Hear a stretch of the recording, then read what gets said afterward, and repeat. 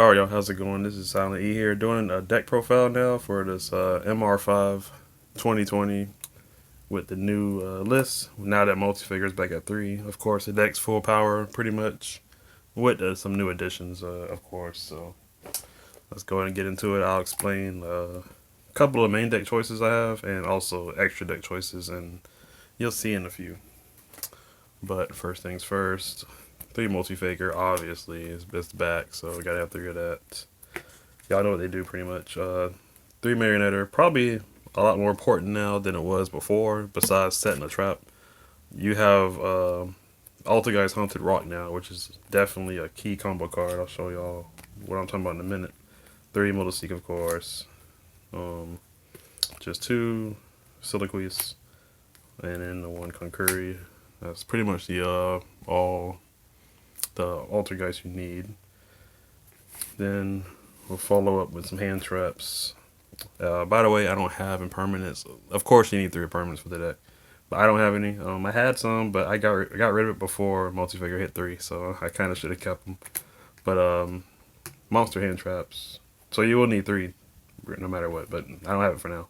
But monster hand traps. 2 Ash. 2 Ogre. Ogre hits a lot of face-up monsters, face-up spelling traps like the Eldritch stuff.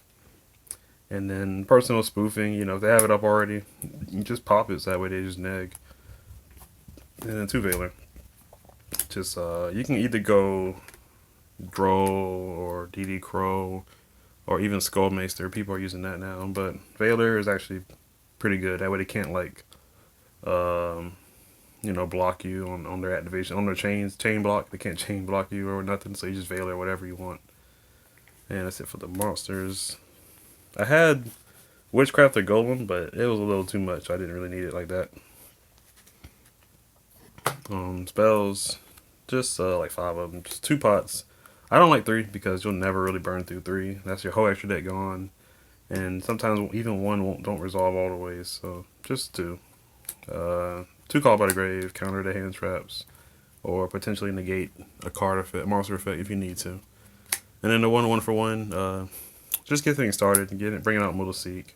Or if you run Needle Fiber, you bring out the Veiler, something like that. Go into that play, of course, if you need to go that route. So that's 5 spells and traps. Just the 1 manifestation, just a call the haunted for Altergeist. 2 protocol, and can't be negated and negates monster effects. Really good. The Haunted Rock, like I said earlier, with Marionetter. Once you play Marionetter, it allows you to set a Altergeist trap, which you usually go for this. And once it's set by a card effect of an Altergeist monster, you can activate the turn of the set. Allow you to send like Motoseek to hand, or even multi-faker you have in the hand. Just send it to grave. That way you can Marionetter, target the trap and target the monster, whoever you got rid of in grave, and then you special it out. You're able to go into Hexia, and then all that good stuff starts from there. So very good combo starter, actually very useful now. 3 spoofing, of course. Get the multi-figures you need.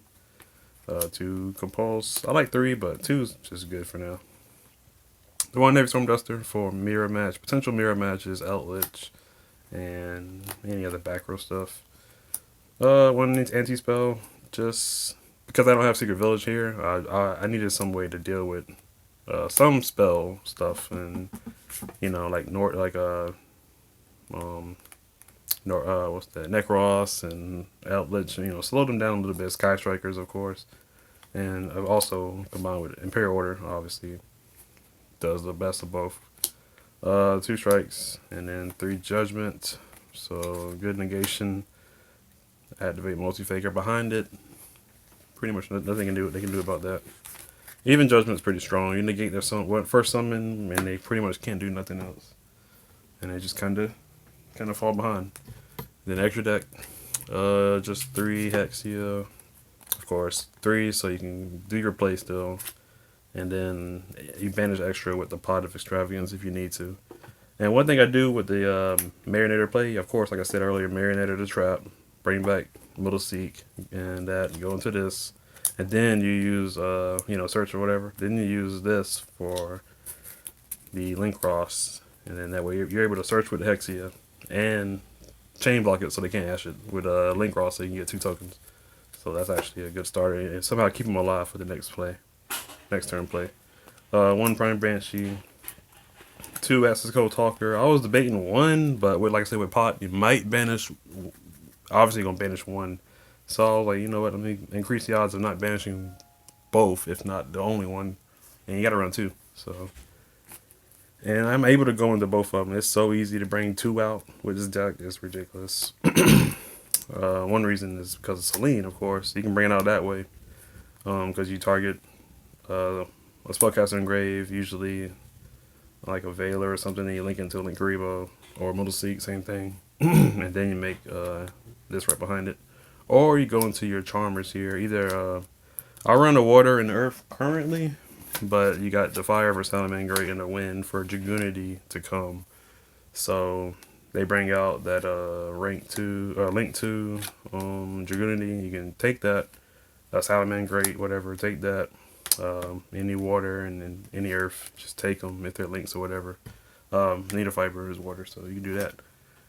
That way, it's still gonna be a 2-card piece for access code because you just need 2 effect monsters whose link ring is 4 and 2 and 2 is 4, obviously. So very easy to do that.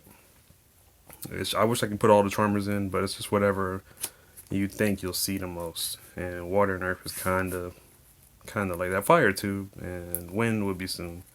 But so far, we'll get to it soon. But 2 Nightmare Phoenix and 1 Nightmare Phoenix, 1 Cerberus for just generic 2s to go into if you need to.